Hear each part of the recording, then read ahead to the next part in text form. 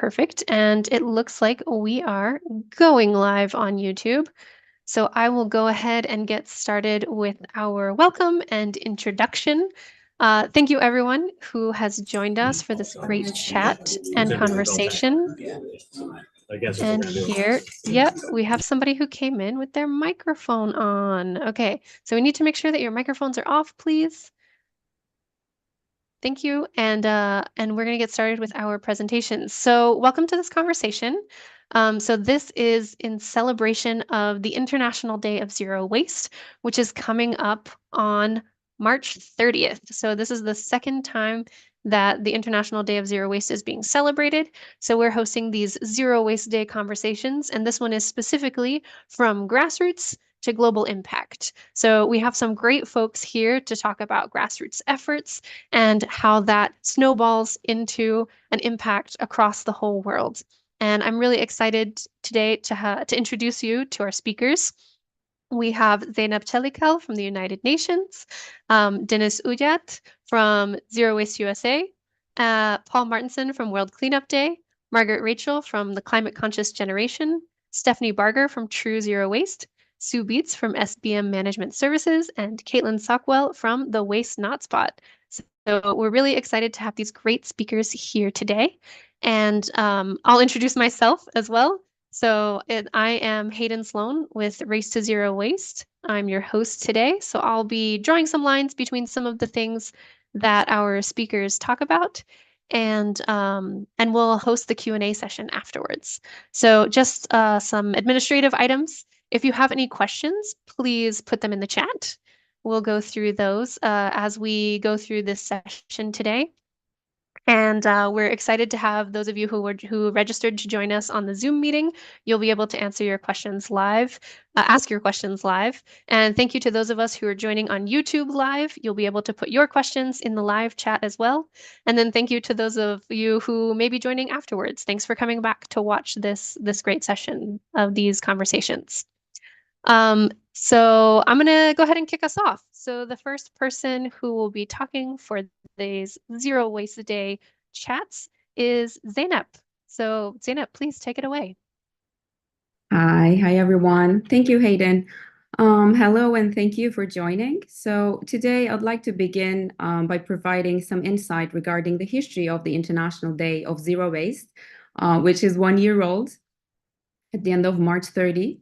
So United Nations General Assembly adopted this resolution entitled Promoting Zero Waste Initiatives to Advance the 2030 Agenda for Sustainable Development in December 2022, which proclaims March 30 as the International Day of Zero Waste, to be observed annually and aiming to provide an opportunity to share initiatives to promote zero waste at local, national, regional, and international levels to reduce waste generation and enhance responsible waste management. Now, let's talk about this starting point. So this initiative of creating a UN General Assembly resolution on zero waste was led by the Republic of Turkey as one of the United Nations member states. The beginning of this story was in 2017 when Turkey launched a zero waste project focusing on the goal of establishing some guidelines with that regard. Then the following year, the Turkish Ministry of Environment established a zero waste information system in addition to a series of national zero waste laws and regulations. So all these national level efforts led Turkish authorities to the idea of internationalizing the zero waste concept under the UN umbrella and contribute to provide a global awareness, which would hopefully turn environmental commitments to action and implementation. So Turkey prepared a draft resolution, and then negotiations took place on that draft resolution among wide membership of the UN. Finally, that draft resolution was officially presented by Turkey directly to the UN General Assembly, and it was adopted by consensus in December 2022 with 105 member states co-sponsoring it. And this marked the declaration of March 30 as International Zero Waste Day, among many other aspects, including the creation of a UN Advisory Board on Zero Waste and the annual observation of this International Day. So if you go back last year in March 2023, the relevant General Assembly meeting took place. That discussion was stimulating and hopeful. The topics that member states mostly mentioned were addressing plastic pollution, sustainable consumption, and production practices are key to achieving zero waste. To that end, humanity must strengthen waste management systems. Advocacy, awareness raising, education, and designing for zero waste can reduce pollution. And national and local governments play a critical role in guiding the transition to zero waste. So fundamentally, international collaboration and commitment were mentioned as key themes during these interventions by member states. In recognizing the diverse landscape of environmental stewardship, it is imperative that more experienced nations generously impart their expertise on recycling, zero waste, and other sustainability practices to those regions and countries where such concepts might remain unfamiliar. Indeed, as some communities diligently forge ahead in waste management initiatives, others may have yet to embrace the fundamental principles of recycling and a zero-waste approach and to be introduced to these concepts.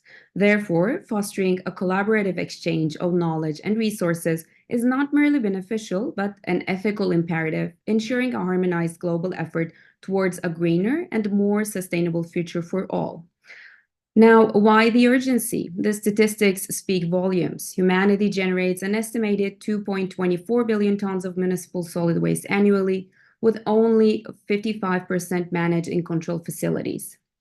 Additionally, millions of tons of food and plastic waste enter ecosystems each year, posing significant environmental challenges. Zero waste initiatives offer a solution by fostering sound waste management practices, reducing pollution, mitigating climate change, and enhancing food security and human health. Now, what else does the General Assembly resolution on zero waste do?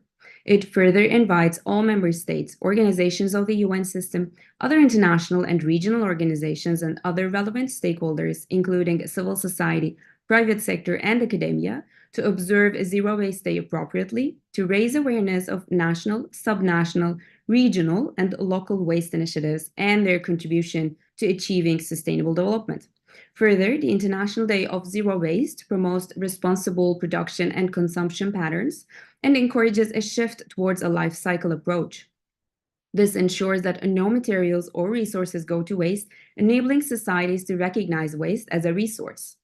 So, the main objective here is to reduce waste generation and enhance responsible waste management to realize substantial advancements towards a future that is sustainable and inclusive for all, and to advance resilient communities through the pursuit of zero waste. By sharing these experiences and developing and implementing solid waste management solutions and technologies, we can take a holistic approach to tackling the challenges before us.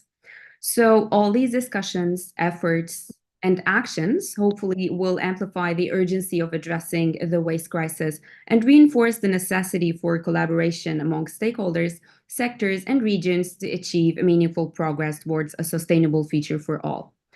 I'd like to thank you all for joining. As I wrap up, I want to express my gratitude for these conversations. With that said, I'll conclude my segment for today, and I look forward to our continued interactions. Thank you very much.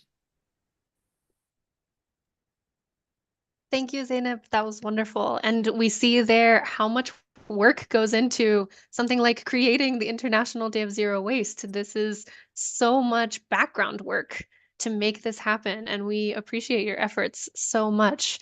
Zeynep will have to leave us a little bit early, so I'm going to go ahead and open the floor to questions. If anybody in our Zoom room has any questions for Zeynep, please put it in the chat, or you can raise your hand. I'll give you about 10-15 seconds to see if any questions come up. Or did any of our speakers have any questions? All right, here we go. I'm going to have Ilyasu. You have your hand raised. Would you like to ask a question? Yes, yeah, Ilyasu Abubakar is my name. I am an alumni of the Zero Waste Academy Tanzania, Mipifagio. I don't know. So far, what is being done about promoting inclusivity, especially for the disabled, as far as zero waste model is concerned? Thank you. Thank you. That's an excellent question. Zeynep, do you have thoughts on how inclusivity is being incorporated into zero waste? Sure. Thank you, Ilyasu. Thank you very much. So as the United Nations is an effort, a collaborative effort of 193 member states, sometimes things can take a little bit of time to get into implementation. Yet there are many member states, at the top of my head, I cannot recall right now, but there are many communities in various member states that are having inclusivity as their focus regarding their zero waste efforts and the management regarding waste systems. So obviously there are super nice initiatives all over the world. At the top of my head, I'm sorry, I cannot recall any certain community or country right now. But this is more like a project-based situation, if I'm not mistaken. So definitely, as inclusivity is one of the aspects of that General Assembly resolution, actually, while we tackle these solutions and then looking for solutions and then focusing on sustainable development via zero waste. So a great question. Thank you.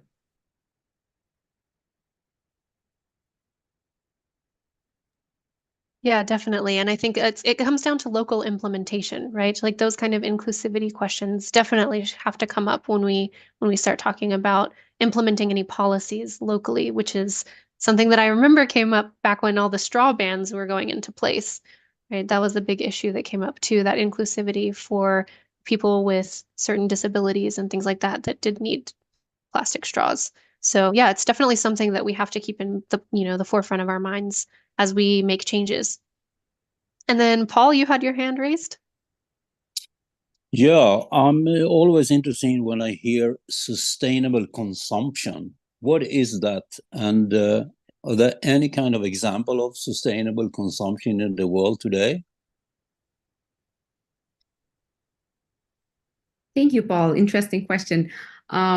Again, right now, I am not in a place to provide a certain example, yet obviously those are systems should be integrated regarding sustainable consumption, because consumption is obviously a huge part of the sustainable development and the sustainability of our lives, of our planet, obviously. So good question. I'll look into that actually, and then try to be more specific next time to provide examples. Okay, thank you. I will see you in San Francisco. I'll be glad to provide more info, pal. Thank you. Okay. Goal number Thank 12 you. of the Sustainable Development Goals is sustainable production and consumption. So we'd have to see what their points are, their bullet points for each one of those. Maybe we can dispute or not. Sounds like Paul wants to dispute it. All right. Well, thank you so much, Zeynep. So that's the questions for her, and we will go ahead and go on to our next presenter, who will be Deniz Uyat.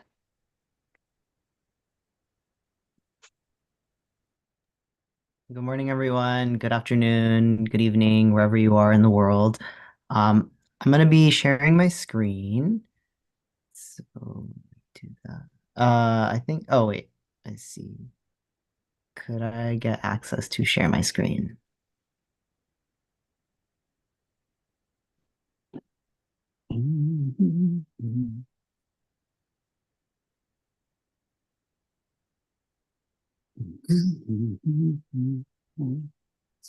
Meanwhile, Sorry about that, Deniz. Yes, no you worries. are now a co-host, so you're good. We got Okay. everybody except you, I think. All right. Here we go.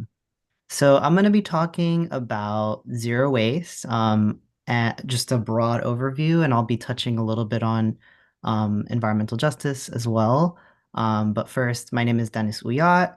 I use they, them pronouns. I'm based in the San Francisco Bay Area, in Huchun Ohlone territory.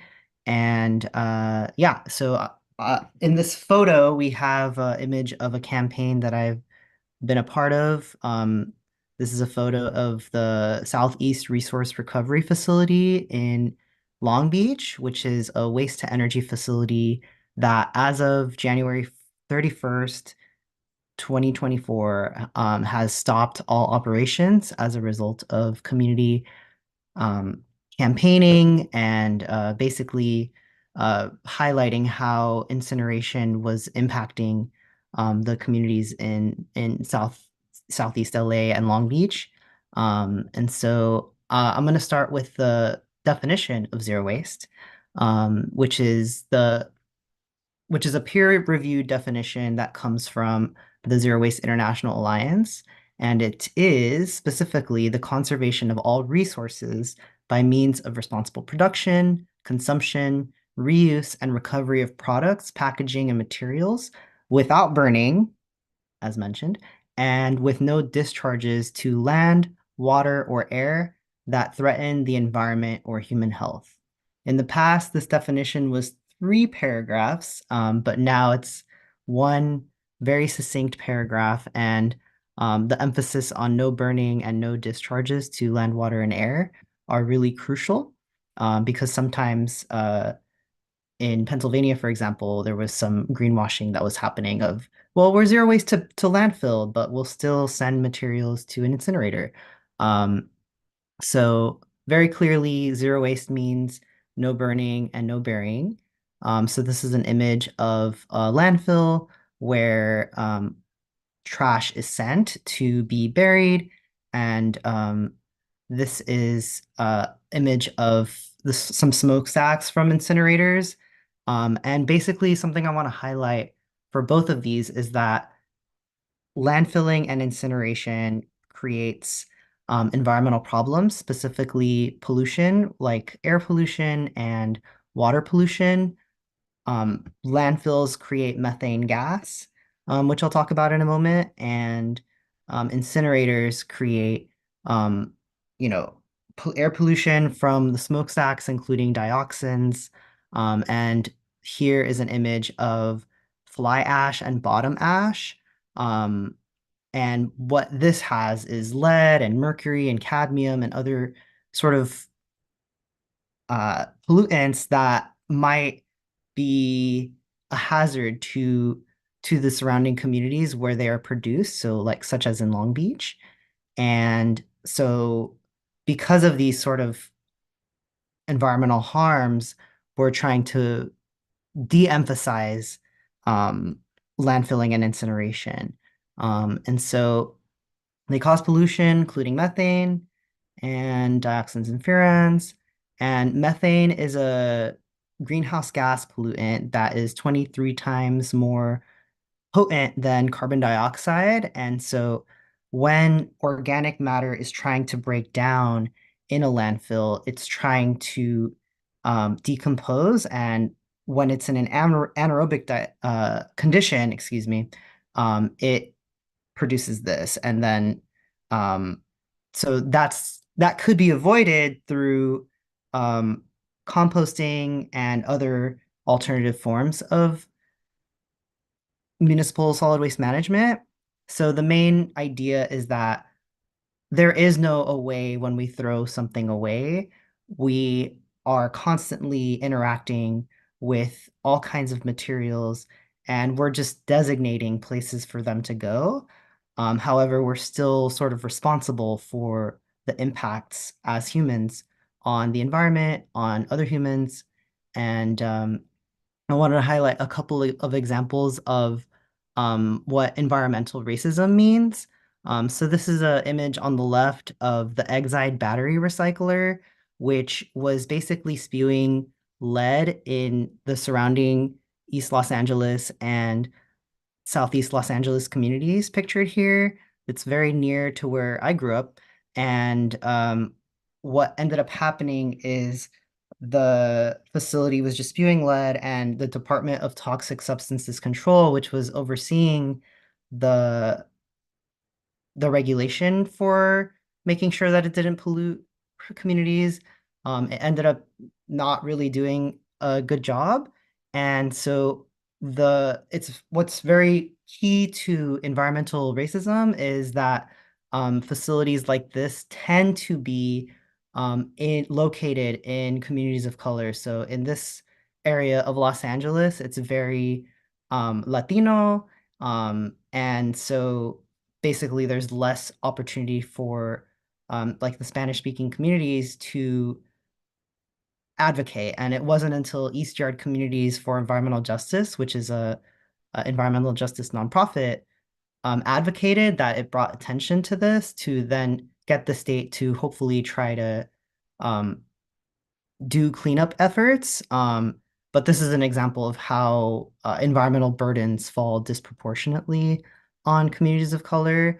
And another example is the Navajo Nation or Dene Nation, and how after a lot of like the uranium extraction happened, they were just sort of abandoned. And this is also just something that tends to be a reality for indigenous nations, Black communities, Latina, and so on. And so what we want to try to do is look to nature and think of, I've also heard it described as industrial ecology, which is this idea that we want to look to nature and basically see how there's no waste. When leaves fall from a tree, it becomes part of the soil and nutrients are able to cycle through the system. And so how can that be replicated? For every ton of material that's thrown away, there's a statistic by the US EPA that says that 26 tons of waste had to happen first in order to create all the products that then end up getting disposed at a municipal level. Whereas recycling and composting, if it were to be implemented completely in California, it would be equivalent to replacing all of the car exhaust in terms of greenhouse gas emissions in California. And so, and not only that, there's an organization called the Institute for Local Self-Reliance that has shown that for every job at an incinerator or a landfill, there's 200 more jobs that can be created through reuse or reduction or recycling or composting. And so I wanted to introduce the zero waste hierarchy. I don't know if you've all seen this, and there tends to be a lot of emphasis on this sort of like lower level. So recycling has kind of come under fire since 2018, where China passed a law that was called National Sword. And what National Sword did was it lowered the threshold of contamination for recyclable commodities that they were receiving. So I think it was like 4 to 6%. So suppose you had a bale of paper. If there was 4 to 6% other materials like plastic or glass or metal, they would accept that. However, the National Sword reduced that number to 0.5%, which facilities in the US and Europe were not able to meet. And so it wasn't a ban, but it was an effective ban. And it also kind of brings up this question of, we want to recycle, but real recycling is contributing to reduction and redesign and basically like we're trying to displace primary production of materials so that it hopefully reduces. So instead, what we're trying to focus on is more like rethinking, redesigning, reducing, reusing. And so we want to deprioritize things like landfilling, which is residuals management, and incineration. And I'll just kind of move a little bit faster because I'm a little bit out of time now. But this is another example of a sort of upstream thinking with regard to food waste, which is the Zoom meeting. We want to serve the right amounts of food so that we're not wasting. Feed yourself, feed others, and then feed the soil. So I think I'll just end there. There were some examples of rethink, such as passing styrofoam bans, reducing food waste. I'll just be very brief, an example of deconstruction, which is instead of destroying and demolishing buildings, you can reuse the materials that still have good integrity for other purposes of construction. And then, of course, this is an example of community composting. And with that, that's my presentation. Thank you, Dennis. There was a lot of great information there. I'm sure people are getting their gears working to think of some questions for you. And I think this was a great way to show that zero waste goes beyond this idea of like the 3 R's: reduce, reuse, recycle. There's so much of that focus on recycling, and you've talked about now deconstruction and food waste and jobs and equality and equity. And these are things that are also part of that realm of zero waste. So thank you for sharing that. Does anybody have any questions for Dennis? If you do, please put them in the chat. So we had questions for Zeynep right at the beginning because she had to jump off early. But now we're going to kind of go through the presentations and we'll have a bigger Q&A session right at the end. So please save your questions or put them in the chat and we'll go through them after we finish our presentations. Thanks again to Dennis. And next we're going to have Paul Martensson to take a few minutes to tell us about World Cleanup Day and his experience. Paul, you want to take it away?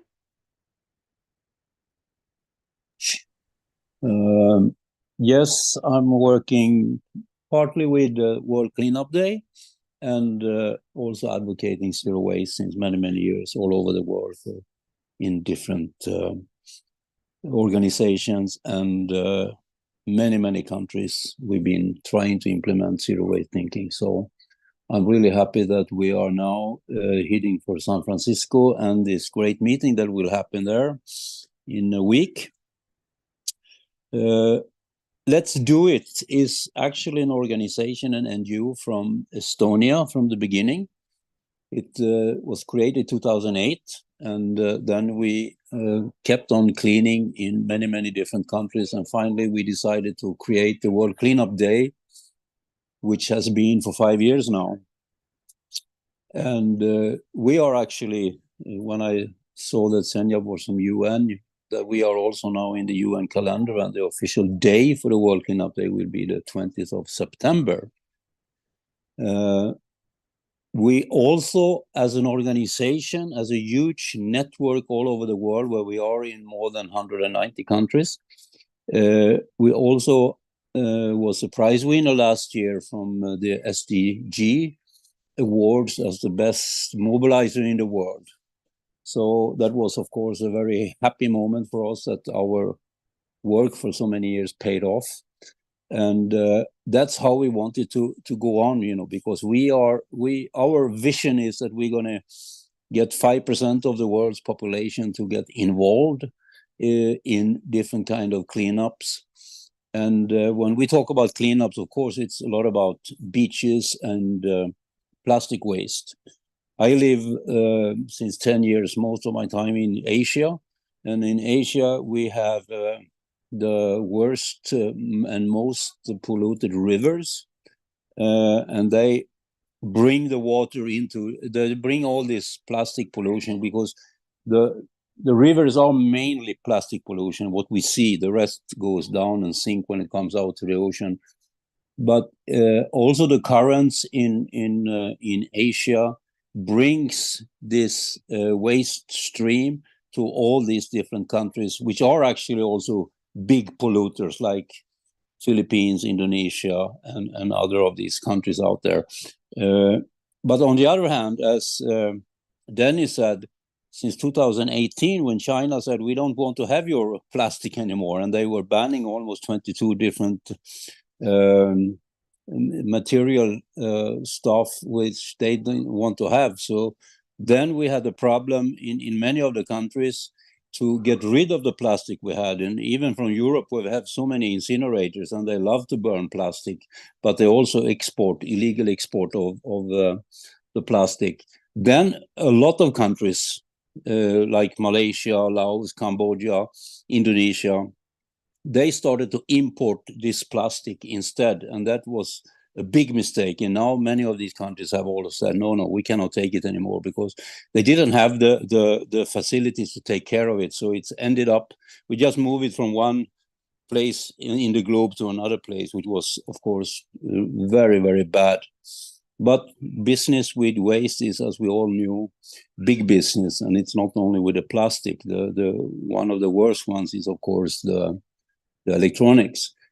But anyway, we are doing cleanups all over the world, and we are doing it mainly on beaches and in forest and also in city environments. But when we are doing these cleanups, we're also doing brand audits to get all the data we need. And on the World Cleanup Day, we try to mobilize as much people as we can as a manifestation for this day. And then we also try to publish what's happened exactly that day, or actually in few countries, they use it for a week. What we mainly talk about then is not only the quantity, but we talk about, of course, consumption, but we also talk about what we call the trash blindness. And in many countries in Latin America and in Asia, people are living with the waste around them, and that's what we call the trash blindness. So when we start to clean up, in the close neighborhood, and they can immediately see the difference, that if we clean up, it gets clean, and we have to keep it clean and try to maintain this. And that's how we also engage local people.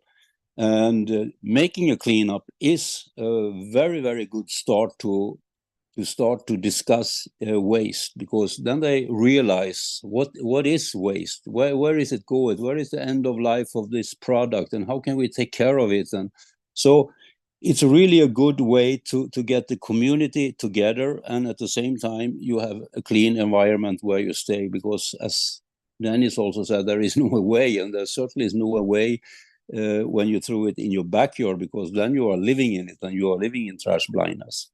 So that is a good start to make a cleanup. And we have, of course, a website called worldcleanupday.org, where all the information and everything is free. It's open source. You can just go there. Anybody can make a cleanup. You can do it with your neighbors. You can do it with your company. And wherever you go, you can start to do it. And then you will see that you get people together. And you also see the effect immediately, because when you do a cleanup, it will be clean, even if it's frustrating to do it on beaches because it's coming new waste all the time. I think I stopped there because I think there was also some interview questions I should have. You're fine, Paul. Those were great thoughts about, how we can get involved in our local communities. And I love that idea of making that immediate difference. That's how I feel too. That's why I like to do cleanups, because it's just night and day, right? And you clean a space up and you just see it and you're like, yes, this is how it should be. So yeah, hopefully people can find their motivation too. If you have questions for Paul, please put them in the chat. Same as with Dennis, and we will do the big Q&A at the end. But thank you, Paul. And now I'm going to move on to our next speaker. So next up, we have Margaret Rachel from Climate Conscious Generation.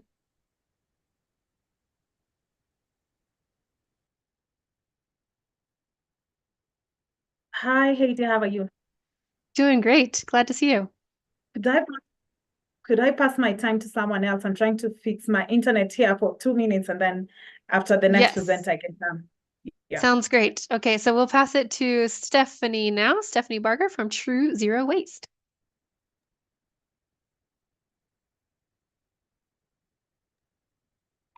Great. And I need just a minute to pull up my PowerPoint presentation, and myself and Sue Beets are going. Yeah, that sounds great. Present together. It's going to be a quick overview of great.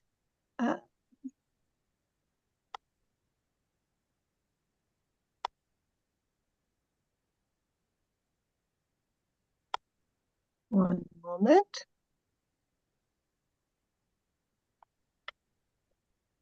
Terrific. Are you seeing my screen now? Yes. So thank you so much for having us.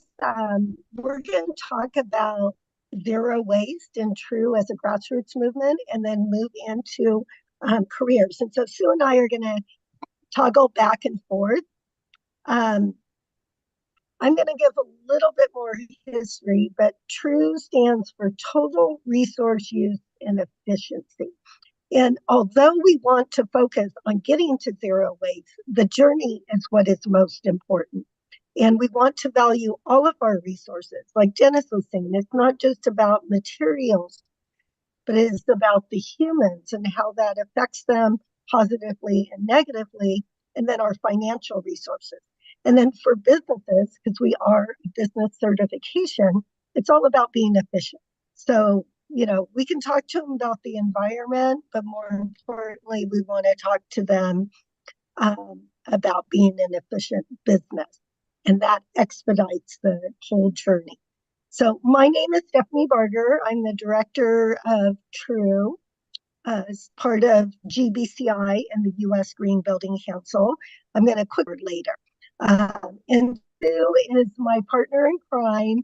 We met probably 20-something years ago when I had a small nonprofit called Earth Resource Foundation. And I'll have Sue tell more about her journey. But, we started because of that. And like Paul and most of us on this call, it was about the plastic pollution. It was about the trash. It was about these horrific landfills, even if they're covered or not covered, and then just destroying all of these valuable materials, causing more and more extraction. So I got started with beach cleanups down in Southern California. And what we all realized is you clean up and then the next day the trash is all back. So we literally started going upstream and doing demographics, much like everybody's doing with cleanups, and finding out who was throwing it or accidentally spoiling it. And then what was these materials made of? And then I had the pleasure of meeting Gary Liss and Rick Anthony and Captain Charles Moore, and really started first with children. This is 1,000 third and fourth graders on the beach, and then meeting people like Sue and other leaders, and them sharing their experience. And so we started having these zero waste, no certification out there. We need to establish a certification. And most of them were already very involved in the U.S. Green Building Council and the LEED certification. So basically what we did is we developed the TRUE certification, and then in 2016, they acquired us. So this is just an overview of the rating system, and we really flipped it upside down. Instead of focusing on your trash dumpster, we want to focus on what you are purchasing. We want you to close the loop. As we all know, if you're not buying back your recycled materials, there's no market. It's going to end up in the landfill or somebody's warehouse. And then doing that deep dive with analysis, with reporting, with upstream management, and then using the zero waste hierarchy. In TRUE, although we want clients to compost and recycle, we want them to focus on that upstream. I'm going to hand it over to Sue, and she's just going to share a couple of slides on reduce. Sue, if you want to give just a little bit more background of how you got involved with Earth Resource and TRUE. Hi, everyone. Thank you for the opportunity to share a little bit of the life history of 30 years of playing in the trash. I'm lucky enough that I work for SBM Management, which is not Beets Management, but it's Summers Building Management. And I work with businesses, and a lot of them have goals, but they don't know how to get there. And so one of the things that we've really been focusing on is the reduction part. And we've got a lot of clients like Microsoft and Amgen and Merck and Intel and all of these others that really want to do the right thing. They just don't normally know how to get started. And so the key to this is not only, rolling out durable goods, but also if I've switched from a disposable or a compostable, how do I go and keep my diversion up? Because they're balancing both things. I want to do good for the environment, but I also have to meet those corporate goals. Next slide, Stephanie. And so the key to this is, how do I track it? And we've gone and worked on a tracking mechanism to be able to quantify that information. The other thing we've created is just, how do you get started with TRUE? And the key to TRUE honestly is going beyond that diversion, like Stephanie said. It's looking at all the different aspects of your operation so you're not harming the environment. We've done a lot of that by looking at the scoring mechanism that Stephanie had shared about the processes that are involved with this and looking beyond. It's working with the procurement department and the shipping and receiving department and all the different businesses that are out there to take this to the next step. Next slide, Stephanie. And so some of our clients don't even know that they're close to zero waste, and we're helping quantify things. So back to you, Stephanie.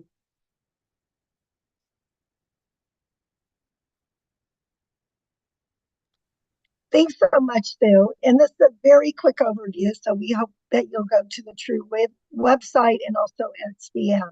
But we've also been asked to talk about careers. And what I want to emphasize is, doesn't matter what job you have, if you're an artist, if you're an actor, if you're an accountant, if you're a machinist, you can make that a zero waste career. So apologies, my screen has stuck. So I'll just keep moving forward in a discussion. So just to let you know, for my career, I was a CPA, I was a computer programmer, I worked in fashion.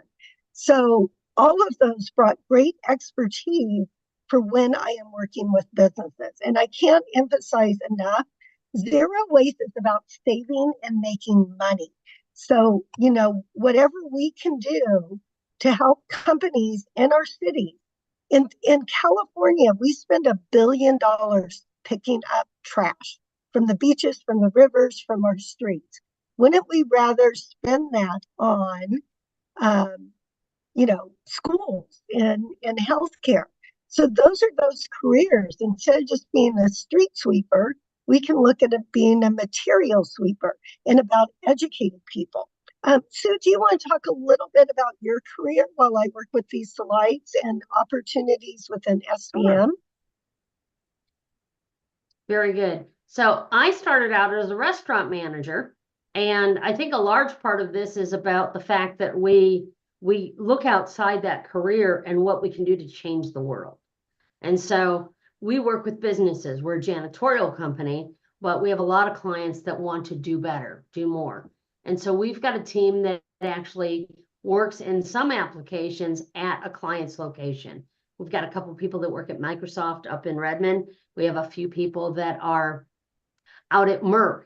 And our job is not only to manage the trash, but to educate. You know, we have Earth Day events and just once a month events to get people out and talk through why they don't put things in the right containers, because that's a big problem. Whether you've got good signage or not, we struggle with that. We also hire people to be regional managers and support any kind of consulting that we have going on. You got your slide deck working, stuff? Yeah, great. Thanks, Sue. So I do want to emphasize that I work for the U.S. Green Building Council, and we are hiring.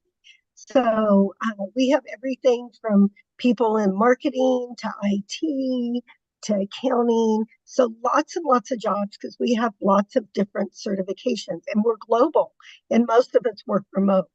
Then I also want to emphasize, you know, we are not a waste management. We're about material resource circularity. So if you're in purchasing, if you're in, what I love is these students that are in product engineering and packaging engineering, and they have a sustainability degree.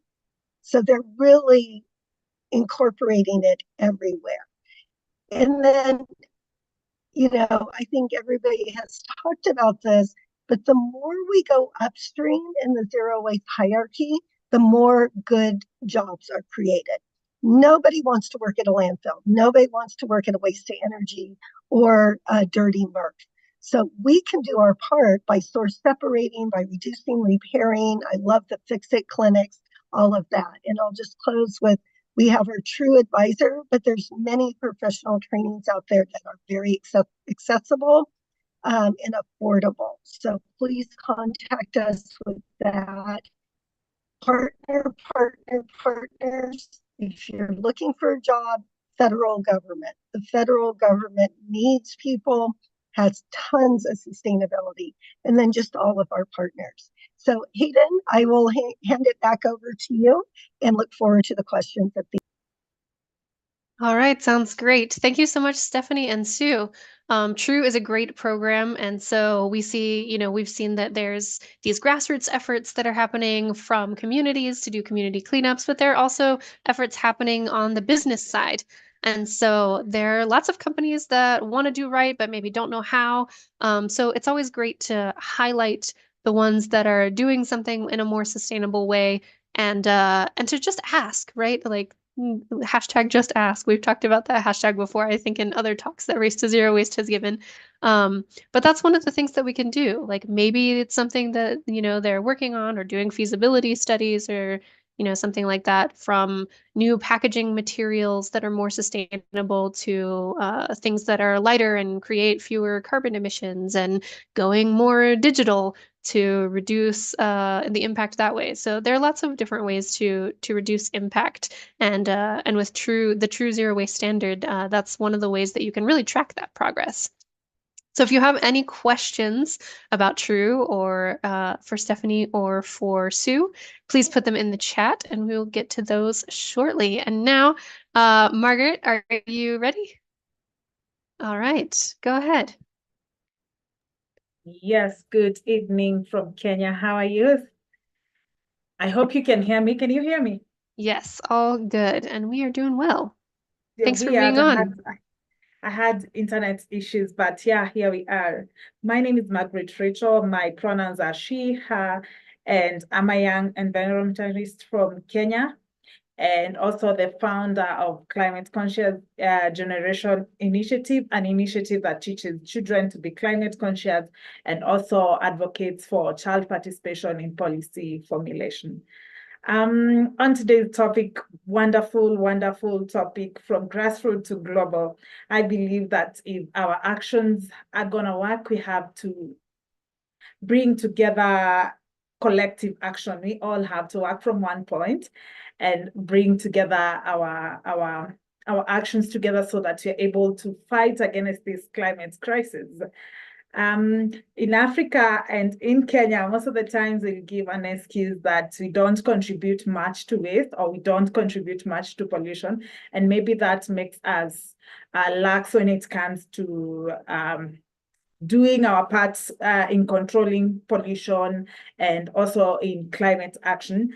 However, there is much need for us to participate, and there's importance of waste reduction in Africa and in Kenya. We have a lot of waste, from industrial, agricultural waste, to even animal waste, all that goes into the environment. And if you're affected here in Africa, you are affected from America, Asia, etc. Everywhere else will be affected from the small pollutions that we do. And so this was a beautiful topic for me. My contribution would be first talking about the grassroots initiatives that we are having here. We always have cleanup events. We have advocacy events where we actually advocate for a cleaner environment, for less pollution in our environment, and also instill these values in our children as we are doing that. However, we are also faced by several challenges like any other person in the world, but as Africa, we always have to put the challenges there. We have the challenge of inadequate waste collection infrastructure. If we have any, it's inadequate. My own personal story, in the school that I went to, we never, or even to date, they still don't have, what do you call them? The garbage cans. What we had was a garbage pit, where we throw all the papers, everything that you've used, you throw it in that pit. And then once it's full, and it's full after some has already gone into the environment, like there's wind, there are other ways of transporting, especially plastic, to other areas. Once it's full, we burn it. And now we add into the air pollution by burning that. And to date, that is still what is happening in my primary school, and I'm sure in so many other primary schools. You work in the city, there are no garbage tins, dustbins. That's what I'm looking for. There are no dustbins, which also promotes pollution because you can hold on to a plastic or a paper for so long before you decide I'm done with this and throw it into the environment. So there is a lot of advancement that needs to be done. There is a lot of education that needs to be shared in regards on how, in regards of circular economy, how to recycle these things. Our government, we had a plastic ban in 2017, if I'm not wrong. 2017, 2018, we had a plastic ban in Kenya, where we are no longer allowed to carry our plastic papers around the city. However, the major primary packaging of almost everything is a one-use plastic tin or paper, etc. So despite us having different policies that are geared toward helping the environment, we also have a lot of other practices that are holding us back from advancing to zero waste. Also, there is also need for youth and child engagement. There is a saying that says, if everyone cleaned their yard, we would have a cleaner. If everyone cleaned their yard, the whole world would be cleaner. So if we engage the young people, engage children, and teach them to be conscious of the environment, to be conscious of their social living, and to do better when it comes to climate issues, we are going to solve this whole crisis. The measure that I would like to insist on in Africa is plastic pollution. And plastic pollution plays a part in all the environmental crises you think of, be it loss of biodiversity, life, pollution, climate change. There's so much that plastic pollution does that we should actually take care of. In conclusion, mine was a very small presentation. In conclusion, I'm saying I really hope that even in these conferences and as you gear towards zero waste in America, you're also going to expand into Kenya and any other African state that you can help out in, partner with us, collaborate with us, share the knowledge with us. For sure, the biggest lack that we lack in Africa, and especially as young people, is knowledge. Knowledge, even if the resources, we have issues with resources. However, knowledge is the biggest issue. I would not know where to start if I decided I want to put up a circular farm where we'll be recycling paper or plastic or whatever. There's a lot of that knowledge sharing. And if we do this as a collective efforts, you're able to do this. So thank you. That's my presentation. Back to you, Heidi. That was great, Margaret. Thank you.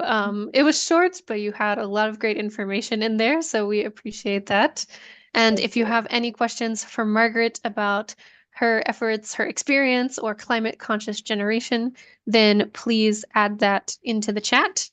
And we will get to those at the Q&A. And now we come to our final presenter, who is Caitlyn Socwell from the Waste Not Spot. Hello, thanks Hayden for the introduction, and thanks to everyone who's spoken before me. It's so inspiring to hear what's happening around the world and the local initiatives. It's just, yeah, I'm ramped up. Before I dive in, I just do want to acknowledge the traditional owners of the land from which we're all joining in from today, no matter where you are in the world. And I also pay my respects to their elders past, present, and emerging. And I warmly welcome any Indigenous friends who might be joining us here today. The Waste Not Spot recognizes many traditional landowners from all around the world and their continued stewardship of our planet. So we really do pay our respects and offer our deepest gratitude. So as Hayden said, my name is Caitlyn, and I'm the founder of The Waste Not Spot, which is a woman-owned global circular economy consultancy. And we work to have a positive circular impact on transitioning organizations, businesses towards a more circular world. But I'm going to be talking to you today about my journey as a small town middle America kid to moving around the world to joining you here today from the Netherlands. So I guess the best place to begin any story is, at the beginning. So I was born and raised in Wisconsin, actually born in Iowa, but I tend not to promote that. It was a standard growing up, was quite a small town farming community through elementary school and high school, went to a local state college. And then within that university degree, I did a student exchange to Australia, and my mind exploded with all of the culture and the new experiences and the different foods that I'd never had before. So I ended up going back to get my Doctor of Physiotherapy degree, and I stayed in Australia. And so, I mean, the physio was always something, I think in 7th grade, a teacher asked me, what do you want to do when you grow up? And for some reason, we're supposed to know this at that age. And at the time, I was going to physiotherapy for myself. I played varsity sport, or at that level, just regular softball sport. And I thought, oh, they have a pretty cushy life, I guess. I'll just pick that. That sounds good. And so from that moment on, I did everything I needed to do. I ticked every single box that needed to be checked to get into a situation where I'm a physio. And so that happened. I moved down to Melbourne, where I had originally studied abroad, and started working as a physiotherapist. My first job was as an aged care physio in a suburb of Melbourne. And the first day on the job, I sort of looked around and went, oh, is this it? I just worked how many ever years, I did everything I needed to do, and is this it? So I bounced around. I did community, I did sport, I did private practice. I dabbled in hospital, community, disability, and just none of it. I settled into aged care, but just none of it really got me excited to get out of bed in the morning. But at that point, I didn't know what else would. So I continued working as a physio for several years. And one day I went camping with a group of my friends.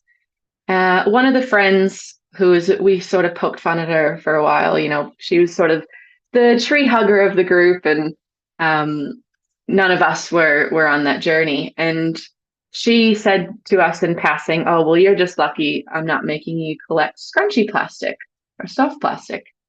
And it was sort of like the light bulb moment for me, because it made me go away, and I said, I can't believe this is recyclable, at least there in Australia. And I thought, what else am I not doing that I should be doing? Or what else should I know that they're not telling us or, promoting? And so I went down this crazy rabbit hole and researched everything I could about zero waste. And I was living with 3 other girls at the time, and I sort of became the recycling police.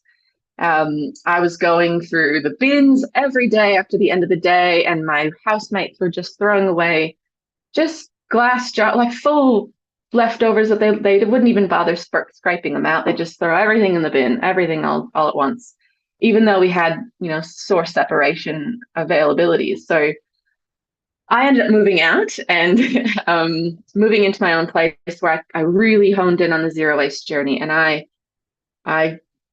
think I did it for a year, and I got down to 1 kilo of waste generation, which I was pretty proud of.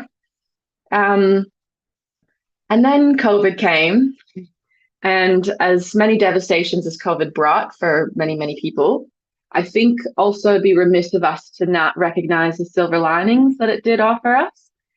So I lost one of my jobs. So 3 days a week I had free to obsess about zero waste. So I ended up enrolling in the Diploma of Sustainable Living at the University of Tasmania. And out of this, I was taking sustainable business classes, and I thought, right, I want to start a business. And I'd always had a bit of an entrepreneurial spirit, but never knew or thought that I wanted to start my own business. So I looked into it, and I wanted to, my crazy, amazing idea was going to be, okay, it's going to be a zero waste grocery store. Everything's going to be in reusables or returnables, and it's going to be great. And then looking into it, turns out you need a couple million dollars to start a grocery store. And I think that, that money barrier, that was scary. And so I stepped back for it, put it on ice for a bit. But I still had that yearning to do something. So instead, I found a community of like-minded individuals who were part of the Precious Plastic Universe, which is an initiative that started here in the Netherlands, actually. And so I co-founded a not-for-profit focused on community-based recycling and remanufacturing, I should say, and teaching the community about circular economy. So going to primary schools and introducing year 3s and 4s to the concept of circular economy. So at this time, I'd found a full-time role, again in an aged care physio role. And here I founded a sustainability committee within the aged care home. So we integrated staff, and we had the aged care residents, and we had some residents with disability that also lived in the aged care home. So we were all part of this little community, and we did lots of fun stuff. We added recycling bins for newspapers because our residents were big newspaper readers. And we figured out we saved about 10,000 newspapers a year from going to landfill just by putting in those newspaper recycling. So that was great. We replaced our plastic pill cups with paper-based cups. So lots of little fun things like that. And once I started the co-op, I realized there was an amazing opportunity to link the two. The Rethink Recycling, which was what it's called, we were focused on community involvement and community-based solutions. So our focus, low-hanging fruit, if you will, was plastic bottle caps. So I established the aged care facility as a recycling center, collection center for the bottle caps. And we would wash the lids, we'd sort them by plastic type, and then I'd bring them down to the dementia ward.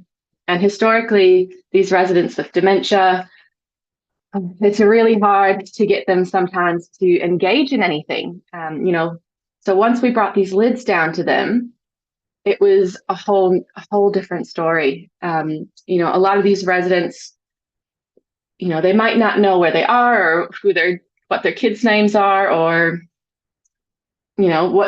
what's for dinner that night, but they know that the color red is still the color red, and the red goes with the red bucket.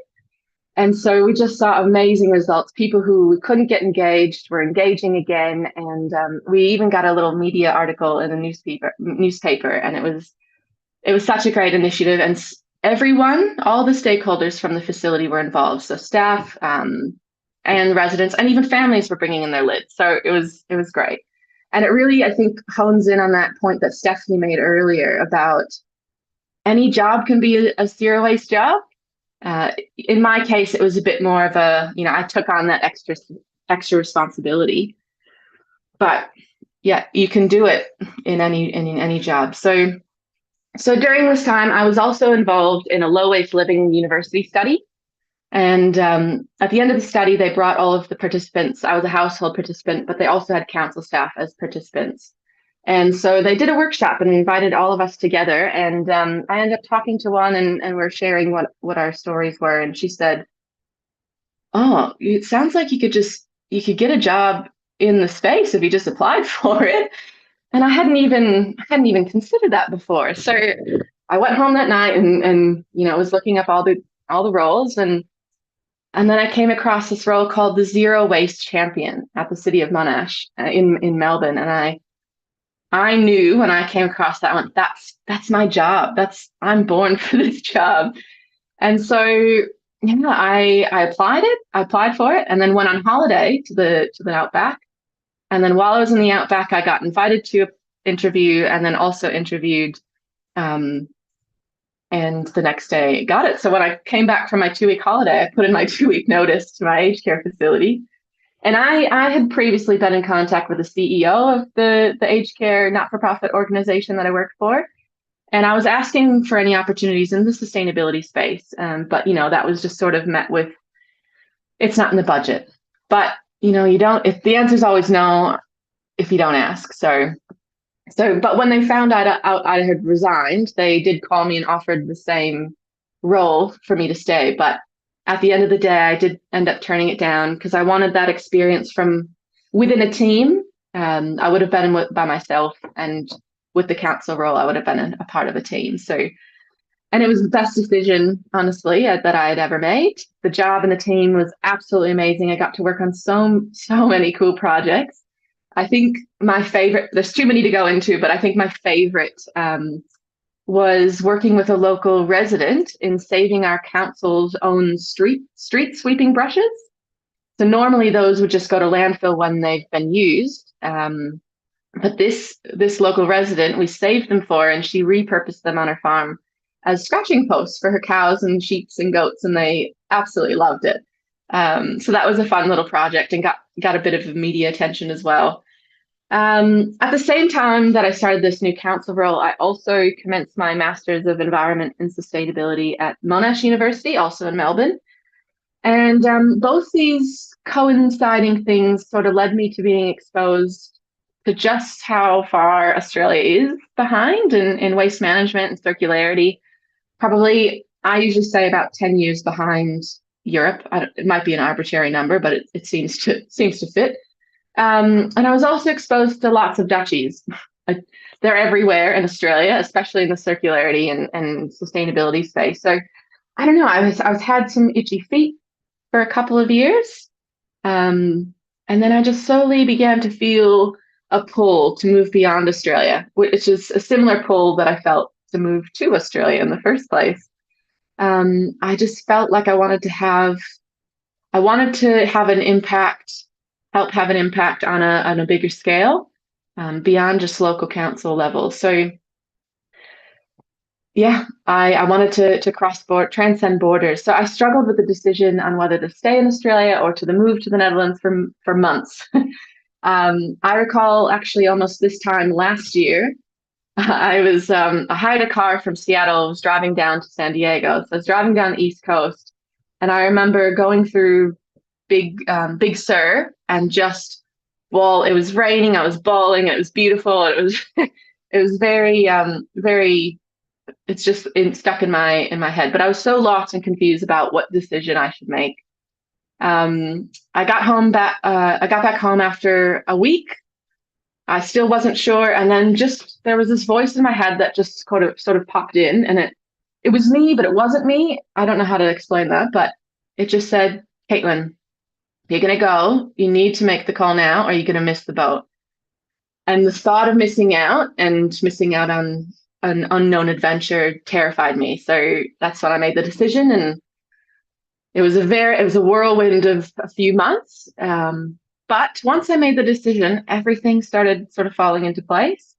I even met someone at my local gym from the Netherlands who was moving back with her partner and offered to look after my cat in the Netherlands until I found a place to live. So just, what are the chances, right? And so I moved from Australia on the day I was eligible to become a citizen. So that's a bit of, I don't know, irony or tragic poetry. I don't know what you call that, but I left for the unknown here in the Netherlands and founded the Waste Not Spot. And I tell you, I haven't looked back for 1 second. There's absolutely no shortage of circular and waste-free innovations here. It ranges from a floating dairy farm. So that's an example. Someone asked before, what's an example of sustainable consumption? Perfect example there. It's complete with vertical gardens, robot milking machines, a floating solar farm next to it. But also they've got an indoor water park here that's been converted into a circular economy innovation hub called Blue City. And they've got their own zero waste water system installed. It's fabulous. Not something we really come across in Australia. But of course, this hasn't all been easy. Sounds like a fairy tale story. yeah, but I couldn't have imagined that I'd be living my passion a year ago on that tear-soaked drive down the Californian coast. So, but I hoped that sharing my story, someone else might find it relatable or feel inspired to take the next step into getting involved in zero waste or the circular movement, or perhaps even transition their career entirely. I think a few takeaways, if there's anything that you take away, it's this, that any job can be a zero waste sustainability job. Start doing things. If you want to transition in the future, start getting involved. And if something doesn't exist, start it. If you notice a gap, close it. Listen to your gut, your pull, your intuition, the universe, whatever you call it. Follow it, because it doesn't lead you astray. That's what I've found. And it's definitely not a road without challenges, but I will say that when you make the decision to pursue this path or a path, things will just start falling into place. And yeah, I wouldn't be on the journey I am now unless someone else told me to go for it. So here's my gift to you. Go for it. Now we have it. So yeah, if you're interested in staying up to date with anything circularity, welcome to subscribe to our monthly e-news. You can follow us on socials at The Waste Not Spot, or contact me via email with any questions. I'll put them in the chat. Thank you, Hayden. Back to you. Yeah, of course. Thank you so much. And if our speakers can join us again with their cameras on, it's time for our quick Q&A session. So we are ready to go over some of the questions that y'all, our audience members, have put in the chat. So thank you so much for your active participation here.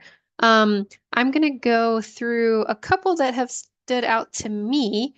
And then if anybody here in Zoom wants to raise their hand, please feel free. For now, I'm going to start with some communities and polluters questions. So we have a question that says, what types of evidence or data do communities need to build a strong case against polluters? So this is maybe in the face of new landfills that may be being installed, incinerators that may be being built, or that need to be shut down, things like that. So would anyone like to take on that question?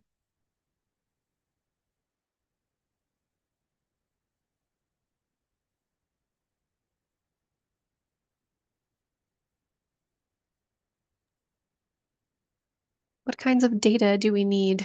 I will. I would say that, okay, I don't know if you can hear me, Hayden. Yeah, go ahead, Stephanie. I'll answer from a broader perspective. So I think this is the power of zero waste and jobs, is really focusing on that upstream. Like half the packaging we don't need, right? And that's usually the stuff that's ending up in landfills.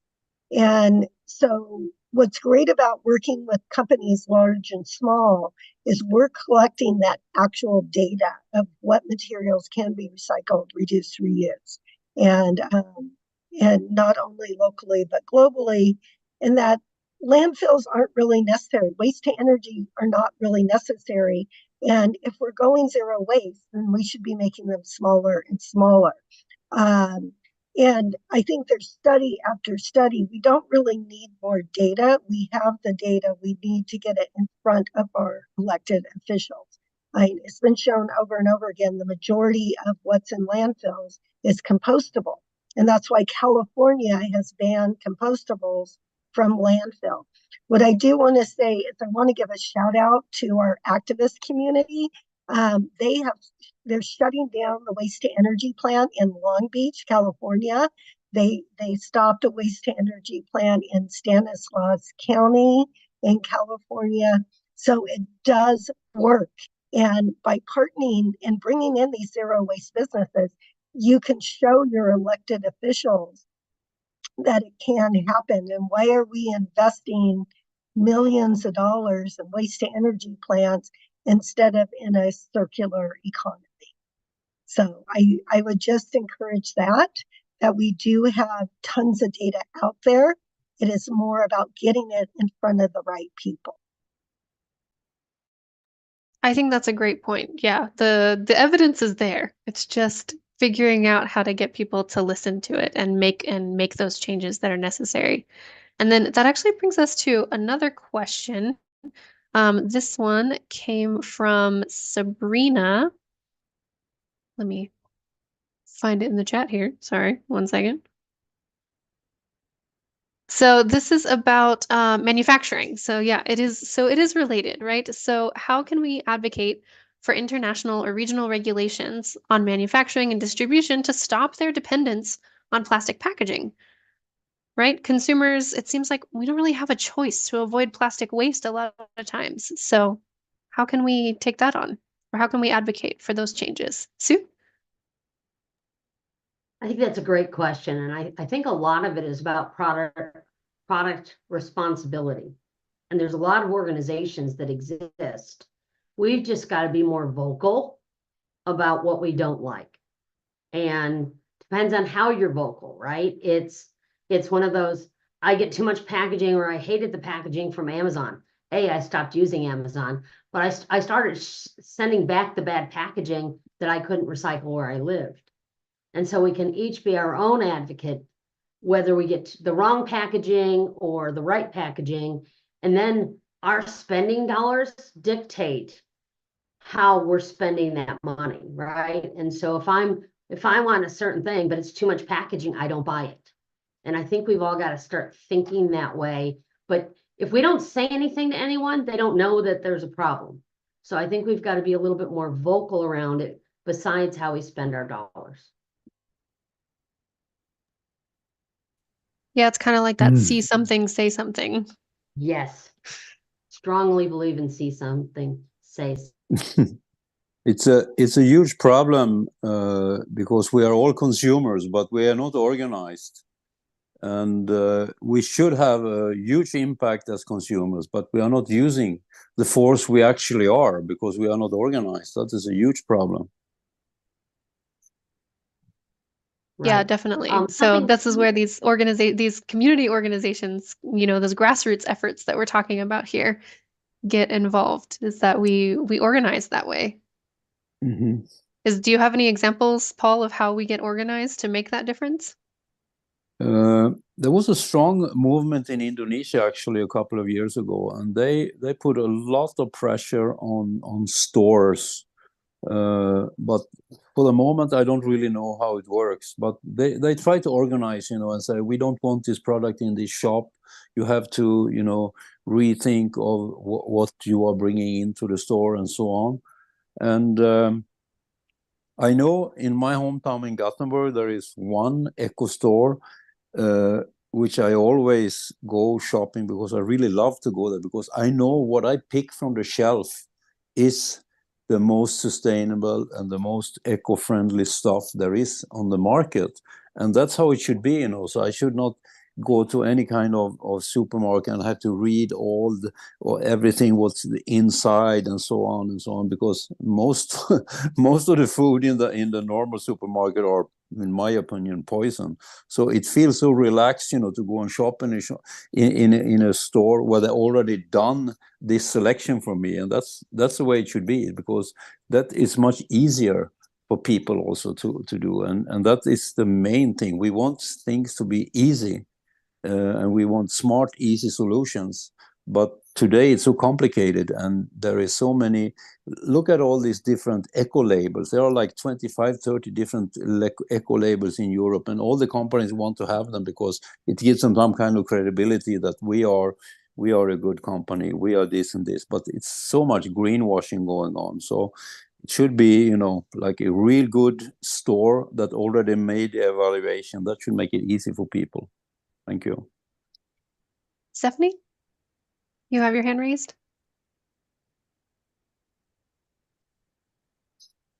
Yes, thank you. So I think a couple of things is, like Sue said, it's about educating those companies. And if you work for a company, it's working with them. They struggle just as much as we do because their waste hauler says, don't worry about it. We can take it. It's recyclable. So, working with them, working in your own companies, working with other companies.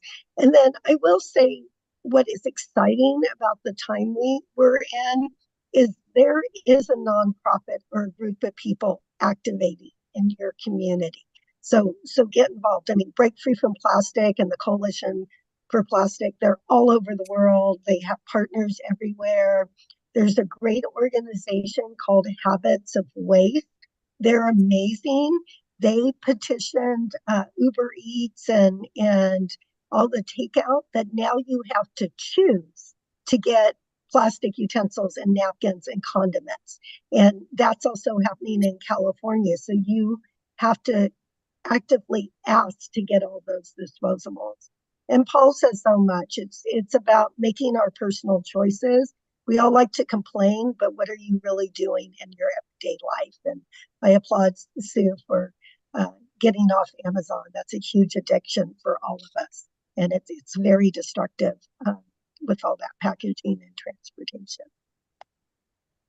Yeah, that is an issue, definitely. I think there's a great balance there between making our personal choices as far as we can, as far as our means allow us to, and then advocating when we can't get there ourselves, right? We need the systems to change as well. And I think that brings us to an interesting question about the people who are producing these items too. So we have the manufacturer workers who their possible health and safety is on the line, and then on the other end we have waste industry employees. So one question that has come up is, how do we ensure frontline waste industry employees have a voice in advocating for safe and sustainable practices? So I can't remember who mentioned it, but someone mentioned, I think it was Stephanie that mentioned, like, we don't want people working on the recycling line to like have nasty, gross, like recycle, like things that are in theory supposed to be recyclable. Like, let's think about the people who are working with those materials and who will be processing them and hopefully making them into something new. So the question is, ensuring safety or ensuring that in frontline waste industry employees have a voice in advocating for sustainable practices. Caitlyn? Yes, such a great question. There's been some horrific things that come through all over the world. I'm sure one particular case in Australia, there was a dead goat that came through on the recycling line, which is just absurd. But there are a few case studies around the world. I apologize, I don't have the exact details. This question just reminded me of it. But one waste recovery facility has started a almost like a secondhand shop, and it's kind of tasked the frontline workers with picking out things that might come through that are actually okay to pop in their resale shop. So that's sort of one way to get them thinking about what can be saved, rather than I'm just sort of here, pulling dead goats off the line. So that could be a way to get them involved.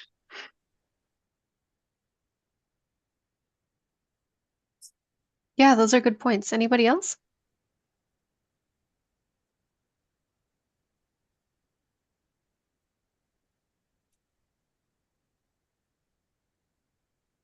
All right, I will head to the next question. So we have one specifically about from Aman for Asia, for Paul, really, but I also wanted to get Margaret's perspective. What's the biggest challenge in these areas that are, I mean, a lot of us are, from the States or living in Europe, as Caitlyn is. This is like this, Western world where we have these problems with like what's coming in your takeout, as Stephanie mentioned. But there are other countries that have completely different issues. So, Paul, if you could speak a little bit to your experience with the biggest challenges implementing zero waste in Asia, in Indonesia, where you have lived. And then, Margaret, if you'll also talk about Kenya, what have been the zero waste challenges there? So, first, Paul.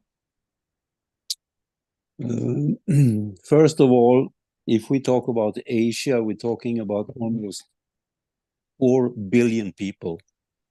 They want to copy our consumption patterns from the Western world. And if you think about that, what an impact that will have on the consumption. You can never talk about the waste or anything has to do with waste if you don't mention the consumption and the consumption patterns we are facing.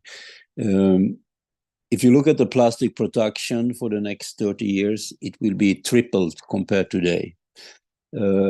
we are still fighting and try to reduce the plastic. We're trying to take care of it in the best possible way and so on. But I mean, the name of the game is tap off, and tap off is nothing that any politician almost will mention, because they always say we need to consume, and we need to consume in a more sustainable way. As I asked from the beginning, what is it? What does it mean? And so on. And this is a huge problem in Asia, and we cannot come, when people are asking me, why do you live here? You have everything in Sweden. You have a house, you have a car, you have everything that we want to have. Why do you come here and live in a simple life like this? We don't understand it. And that is a good question, because that is what's next coming now. I mean, the world is banging on the door, and we want to have the same thing as you have. And that, I don't know. I don't have the solution what to do it, except that tap off. But tap off is not, if we talk like Dennis said about environmental racism and justice, why should we say, no, you cannot have it, but I have it, but you cannot have it? Yeah, let somebody else continue, please. Yeah, that idea of, kind of keeping up with the Joneses, or wanting the next cool thing or consumptive thing is an issue for all of us, I think. I mean, we all like to get new, shiny things. It's almost like human nature. Margaret, did you want to talk a little bit about the challenges that you've seen in Kenya? Sure. And first of all, I would even echo Paul's words on copycatting syndrome that we have in Africa. We really don't put much research into what will work for environment. Most of the times we copy from you guys who are already advanced in technology and other things. So most of the times the solutions we get here are not solutions that are sustainable to us or to common citizens of Africa. And as I had mentioned, there's also lack of infrastructure. Simple things like installation of garbage tins, or installation in schools and public areas, we still don't have that. There's also issues to do with disposal practices. Funny thing or weird thing is that it's not installed enough. From a younger age, and I always speak from my own experience, I never had any issue with eating from my plastic bag and just throwing it on the side of the road, or drinking from my plastic bottle and just throwing it, until I grew and understood issues to do with climate change. And now I'm more conscious of that. And most of the time, and a few times here and there, I'll be caught off guard where I'll throw away a paper and then I'm like, oh, sorry, I'm doing better. Or there's a lot of lack of knowledge, or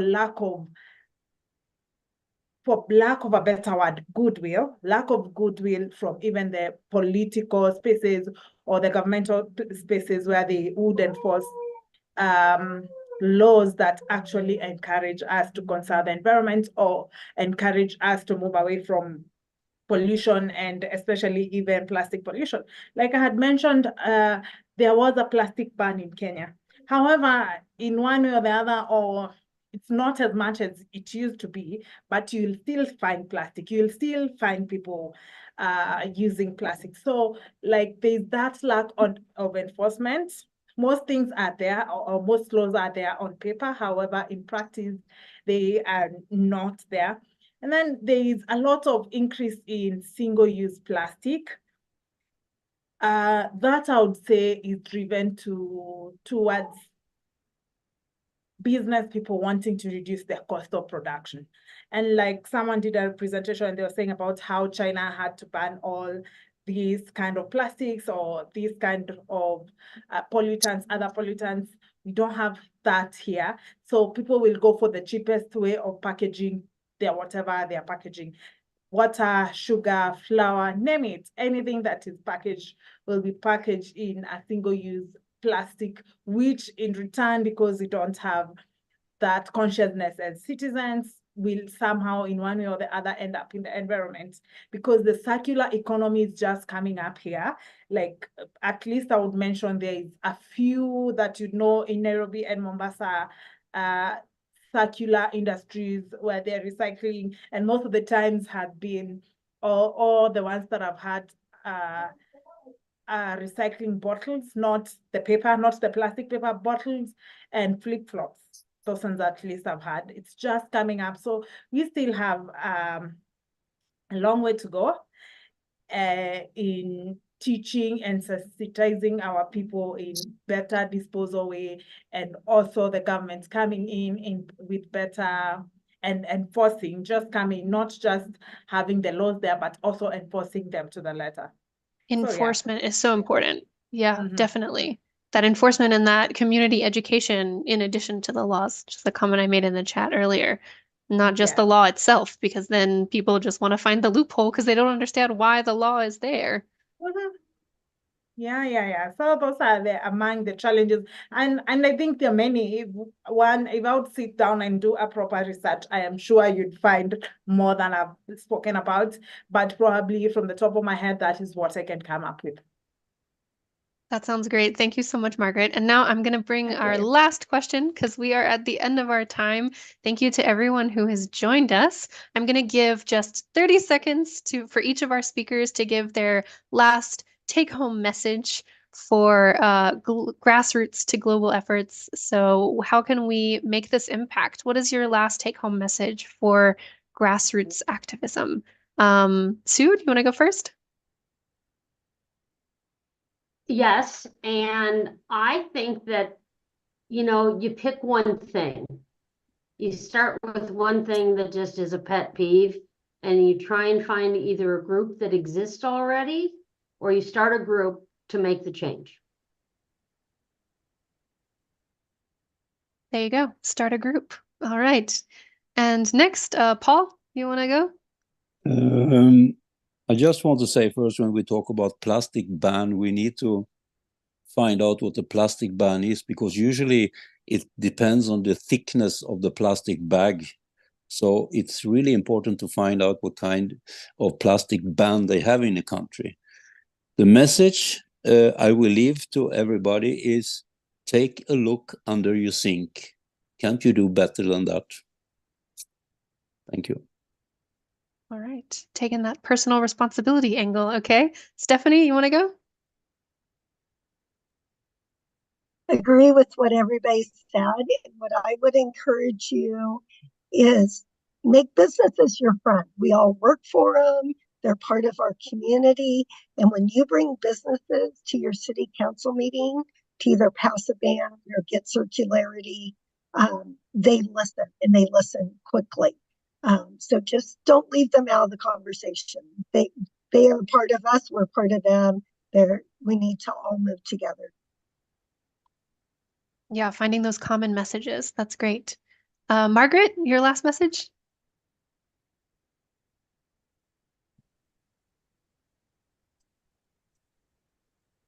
My last word would be call to action to all of you.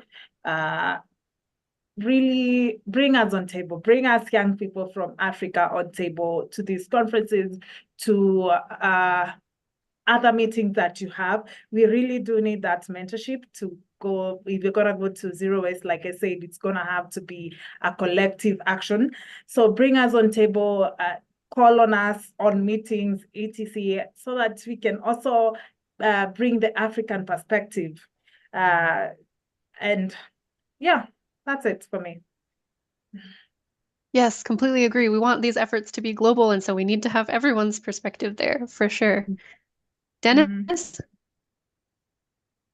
Yeah, I just want to thank everyone for all the awesome presentations and knowledge that's being shared.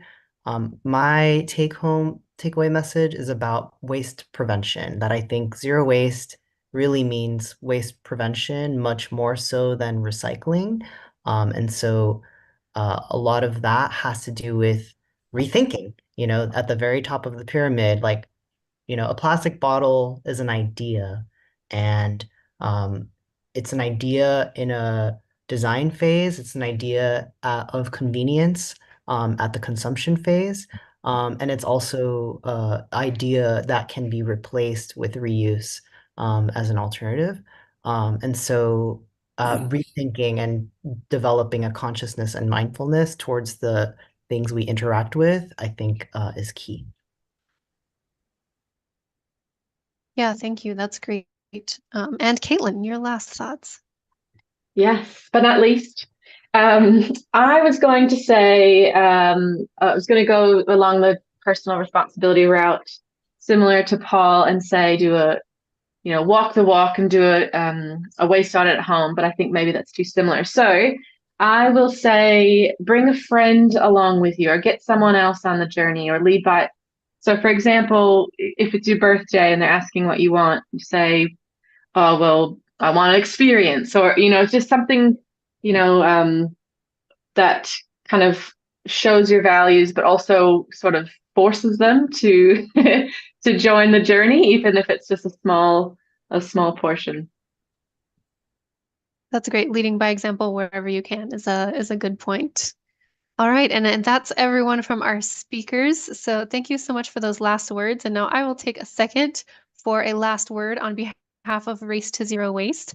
So next week is the Zero Waste Forum, which is an international dialogue for advancing resilient communities. This is the 12th international dialogue that we are hosting on behalf of the Zero Waste International Alliance, which a number of organizations are a part of from all over the world, including Africa and Asia. And so we are excited to host this from April 2nd to 6th in person in San Francisco. And on the 4th and the 5th, folks can also join virtually to hear our number of speakers. And if you would like to know more about the program or registration, you can go to zerowasteforum.org, and we'll include those links in the chat for you. So thank you so much for joining us for this chat about Zero Waste Day. We hope that you have found a way to get inspired, to take action, and to celebrate Zero Waste Day in your own way, in your community. Maybe get involved with a grassroots effort or start one if you can't find one. Just dive right in, right? As Caitlyn said, like, you have permission to go for it. Here's your message, right? Take the reins and just try it out. And keep in mind all of the equity and and the things that you've learned through this conversation and others. Make sure that you're thinking about, people who have maybe disability needs or who are involved in the waste industry, right? We want to make sure that all the stakeholders are taken into account as we start these efforts. And if you're interested in learning a little bit more about building equity into coalitions, last year for Zero Waste Month, we did a chat about that, an interview series as part of our interview series that we do for Zero Waste Month every year in October, which we hosted as part of the National Zero Waste Conference in the US. And that's recorded on YouTube and it's for free, so please go check it out, along with a number of our other talks that we've done as part of Zero Waste Month and now as part of Zero Waste Day. So once again, thank you so much to our speakers. And speakers, if you will stay online after we stop being live, we'll take a little group photo. But thanks once again to the audience, and we hope that you have a great International Day of Zero Waste. Thank you, Hayden, for perfect moderation. Thank you. And thank you to everybody else.